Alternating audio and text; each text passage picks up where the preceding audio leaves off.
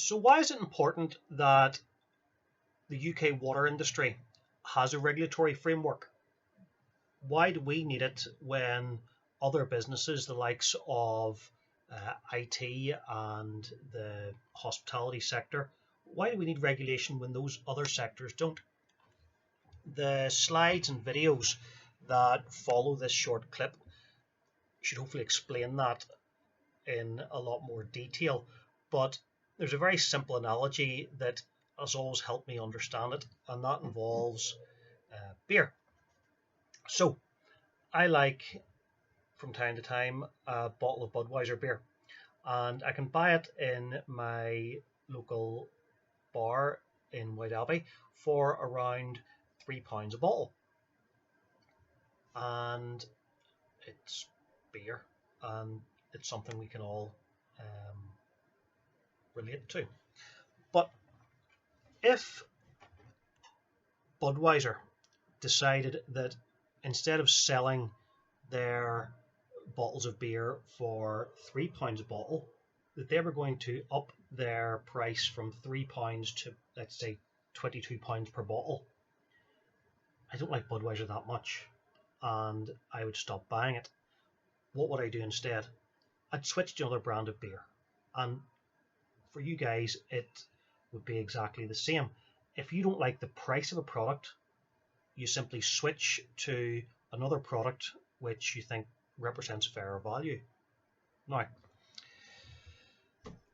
Budweiser, like every other beer that we'll buy in the UK bars, restaurants, high streets, Budweiser has a patented type of yeast which is used for making every single batch of Budweiser beer.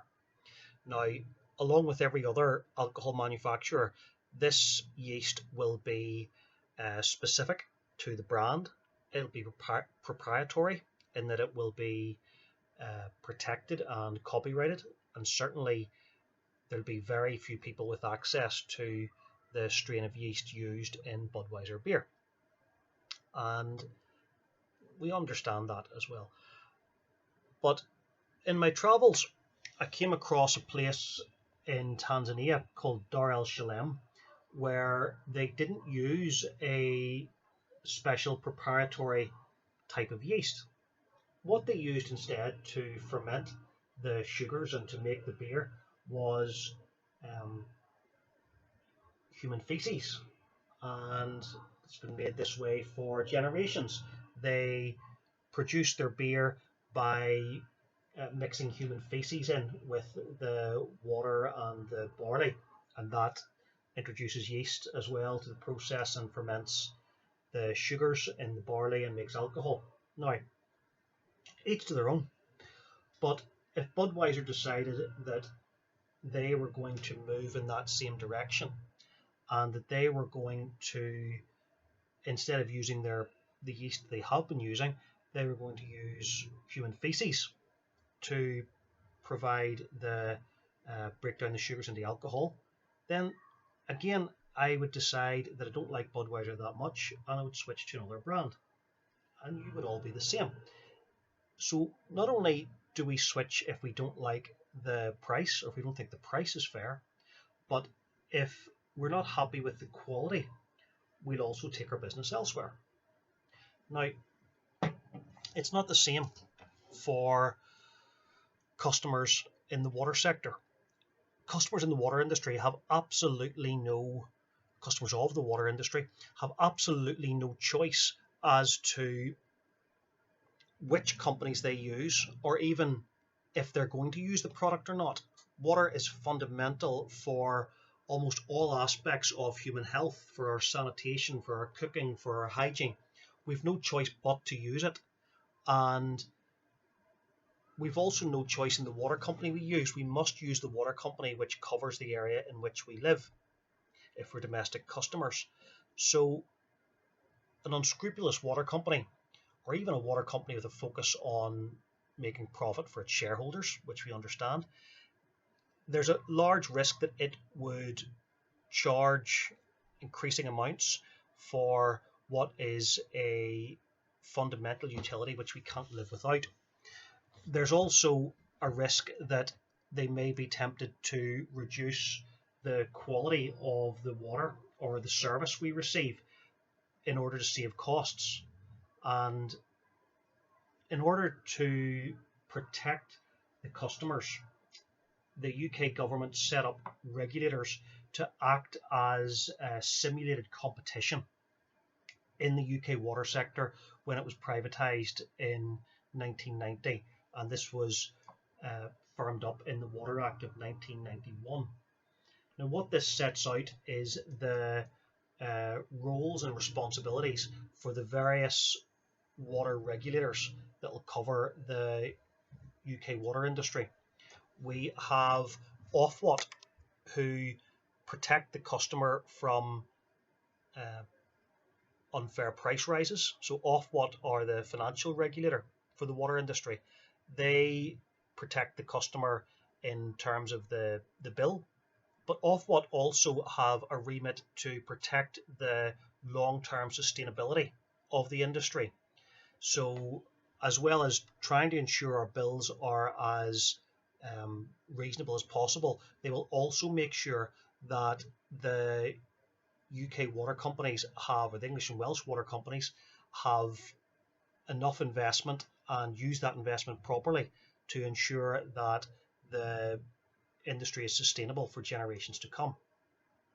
We then have our first quality regulator, which we're going to cover in this course, which is the Drinking Water Inspectorate, or DWI. DWI are concerned with the quality of drinking water. They ensure that all water delivered through public water authorities meets the required standards for wholesomeness. Now, the standard for wholesome water is the same throughout all of the European Union, and we still adhere to those standards, and it's around 90 to 100 different parameters for the chemical, physical, biological condition of the water, and water must pass all of these parameters to be considered wholesome.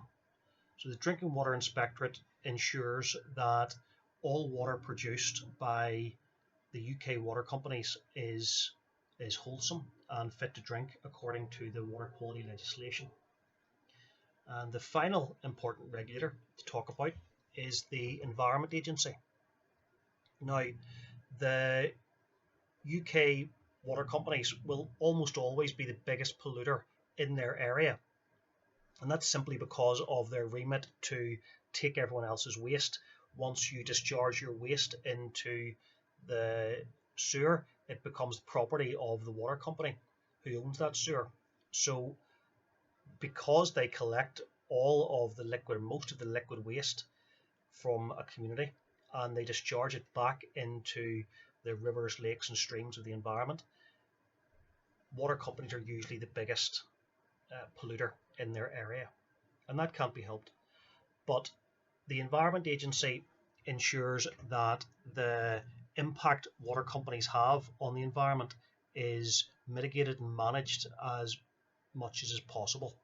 So, for example, the Environment Agency will set discharge permits, which is like a permission to pollute for every wastewater treatment works, and that will be a set of quantity and quality standards that the wastewater effluent must meet to be discharged into a particular water course.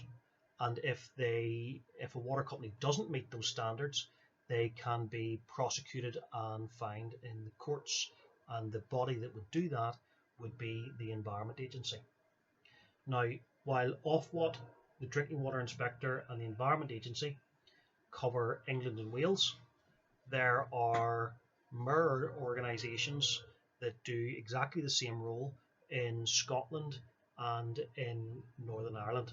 But for the purpose of this short course today, we're going to look at the regulators and stakeholders that operate in England and Wales and cover those water only and water and sewage companies.